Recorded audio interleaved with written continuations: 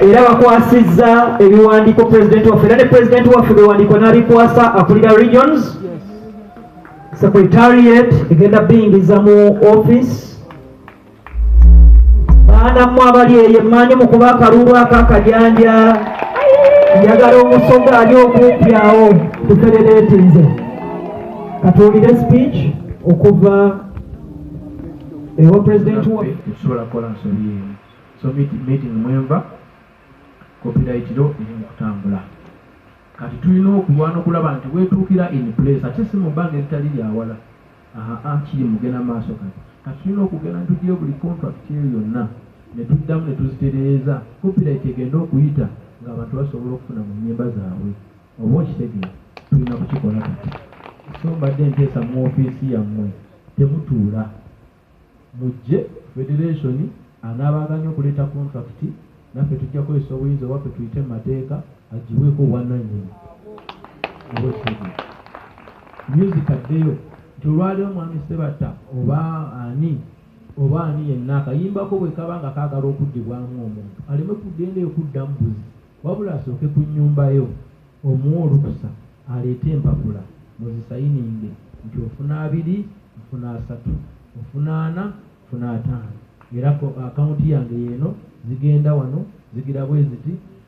so kubanga ennyumba zimwayimba tezigenda vaawo mulina okuziryako mpaka abaana n'abazzukulu oba okitegeera tulina kubikola ebyo bintu bikulu mubimanyi tubadde tutambulira nnyo mu mbeera ya individualism wano mu Uganda ng'abayimbi abanene buli abeera n'ebinnya eri konkona office ne baggula obwagenda n'abakaka baasa kasikayo abalala tayagala kumanya tulina okukijjawo ekyo abaliwo kati kirina okuvaawo tusobole okuzimba system ng'esobola otuyamba ffenna ne copyright law the same as the distribution abantu basobole okuba nga balya mu wakisi zaabwe nga tutambulira ku contract ne scripts entuufu nti ono akoze eki nti awandiise ono akoze eki nti yayimbye ono akoze eki nti yapafominze ono akoze eki nti yakoze kino ono afuma nomeka nti twateesa bwe tuti afuna kano ebintu bibeere nga biri serious tuve mu bintu by'okuzannya obuzannyi otherwise tujja kufa nga tuli baavu nnyo nga ate ffe twayimbya omuntu oyinza otya okubeera eyo ng'omwana wo talina school fees naye nga wayimba ennyimba nakati zikyakuba ziri mu telecoms olimba lumu okubantu okulunyiga ne baluteeka mu kasimu abantu abawera emiliyoni olina kubeera biliyoni n'ennyimba zo buli muntu awulira gwe tolina yake ekikumi kitegeeza waliwo ensobi eyo gye tulina okutereeza nga twegattidde wamu mbadde nsaba buli alayidde n'agamba nti nga mukama ye mubeezi kkiriza mukama akubeere kubanga wangi abagenda obbatuukirira nga baagala okubakyankalanya musobole obutalwaniriza bituufu abantu abalya mu music wammwe gye bali ate bagaggalira kakati sente bazirina esobola basipulitinga ajja kujjaze buyonde n'amugambe n'ebuyondo bimuli bya kisi manze Iseba Ayogedde bwati bakukuutwala oyo muveeko ngera bwe muzembiramu kati nze ndowooza lwaliro Kamu yezenga solution eri ebizibu ebyo ebintu by'okwawukana byandikomye mu mirembe giri egivuddewo kati guno ogwa Kamu gubeere nga ye base oba yensibuko egenda okuwanika music w'abantu waggulu ffe nze nga nkyali mulamu kigenda kubeera kizibu nnyo olwaleero omuntu okuddamu okujja okuyisayisa mu bayimbi baffe amaaso nga nkyali mulamu kubanga twegasse ne tufuna associations ne tufuna certificate ya federation kitegeeza tulina eddoboozi okuwandiikira buli woofiisi nga tukigamba nti ffe abagwa mu ttuluba lino nga twegasse n'abantu bammanga wano tukugamba ekyo kireke jangu otulabe bw'ogaana oba okitegeeza kuba kati tulina obuyinza tulina okubukozesa oba okiraba so ebintu bino si bya muzannyo si bya kusaagiramu tebirimu olwali muve ku bino ebintu abantu bye babadde boogera mbu ate politics simanyi okulonda simanyi okukola ebyo tebikwatagana guno mulimo oguli independent ng'emirimu emirala mukimanyi bulungi nti ne bannaffe abatuvuga ku booda bagatta balina ekibiina ekibatwala tosobola genda n'opaakinga opaakinzaawo ng'ovuge bantu bajja kugamba opaakinzeewo ngaayo bw'ogenda mu kikuubo tosobola kuteeka obuteesi eddukamu ekyotandika okukola tukkirize buli wantu wonna n'abalimi balina ebibiina ebibatwala lwaki ffe abayimbi tubeera balidanda nti nga tuli awo tetulina bwe tuyinza kuyingira ne tuteesa so ng'ate abantu ababba music waffe balina zi ofiisi bateesa buli lunaku bambala engoye zaabwe ne basiibula famire zaabwe ne bagenda okuteesa ebikwatagana naffe fetuteesa ddi ebituprotectinga tuteesa ddi kino kye kiseera ekisaawa olwabubiri tusaidiire amanyi abantu akakiiko ke nga bakayimiridde naye nze ngenda kwogera ku lwa ffenna associations ffenna n'abayimbi bonna abakkiriza mbwegasi owa federation oba mukulembeze etwatandisewo ng'abayimbi ffenna nebaza nnyo mukama ku lwekyo era nebaza nnyo mukama ku lw'olunaku luno kubanga bw'otunuulira Akadongo Kamu backbone ya music wanzani backbone ne bwaba muyimbi ki ne bwaba muyimbi ki owawana ne bwaba producer ki era balina tebabba mu Akadongo Kamu bwaba tebetukulira ngoma zino zaffe ekitambula nakyo naye waliyo ekipaayi waba tajjayo kajjita ajja kujjayo besi ekitambula waba tajjayo besi ajja kujjayo ekintu kyonna oba okitegere kulaba music wa Uganda ayimirirawo naddala anvira ddala wano ku central kisibuka ate ng'oluusi atasinza okubalanga ekikanyumire so Akadongo Kamu kwetutandikira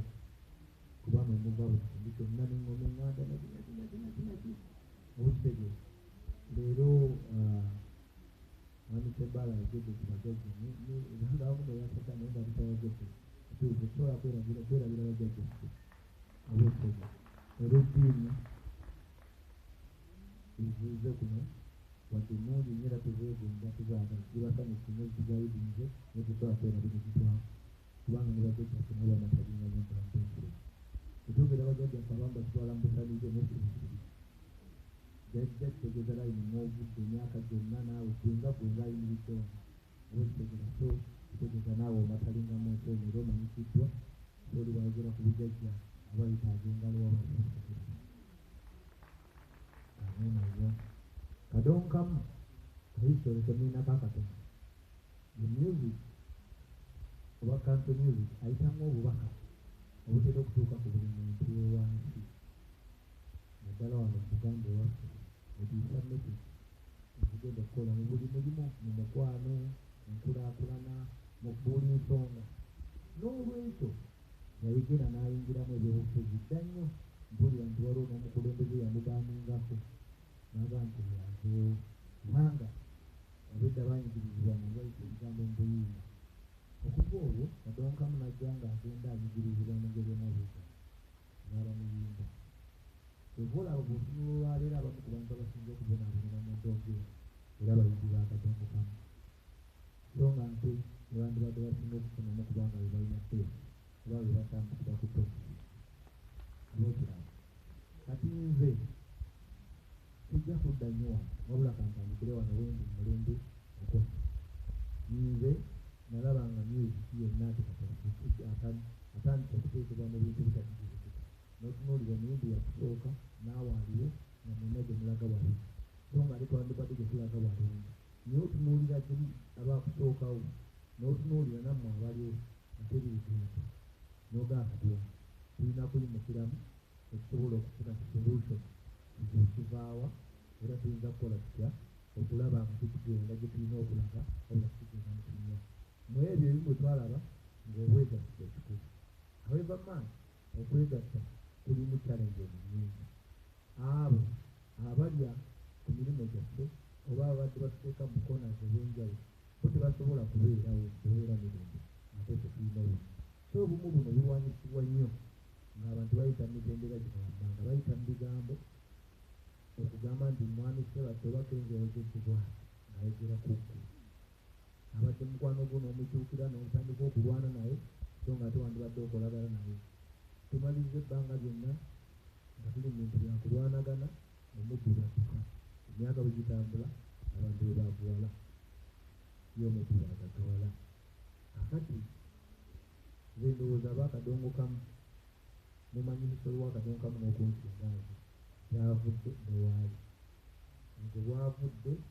newaali ndabawo avudde gyavudde naye waatudde tewannaba kuba walungi kubanga nammwe abamulimi era temuli bamati kubanga embeera mwe muli kinene n'okubeera ate nga gyebazima kakati tukoze tutya tulina okumekinga sure nti tukomewo ekitiibwa ky'Akadongo Kamu oba okitegeeza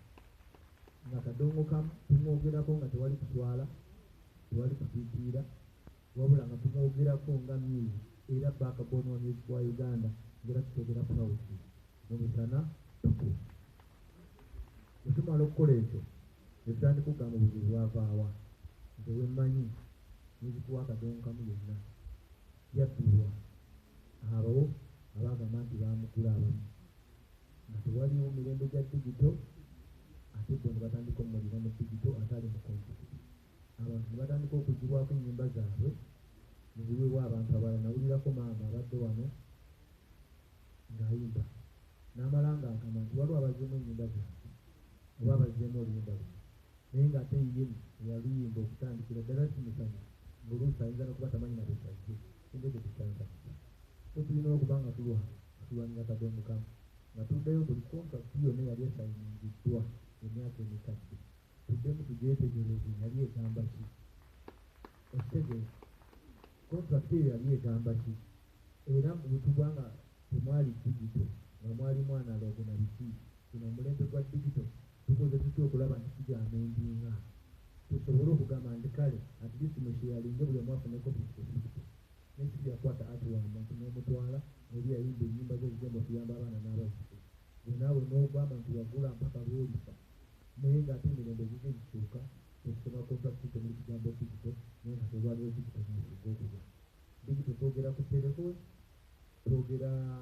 ne ku online distributions and order ennyimba za Kadongo Kamu abaana abaliwo n'abalijja bagenda kuziddamu tebanamala okuziddamu gwe yaliyobeerewa oba ekitegeera ebyo byonna tulina okubirwanirira nga tusinziira mu association eno eya Kadongo Kamu ate ne federation ng'egiyambyeko ekyo nga nze mbukulembeze nga nkyaliwo ngenda kukirwanako ngenda genda mba amateeka bayite tukwatagane n'abakulembera Kadongo Kamu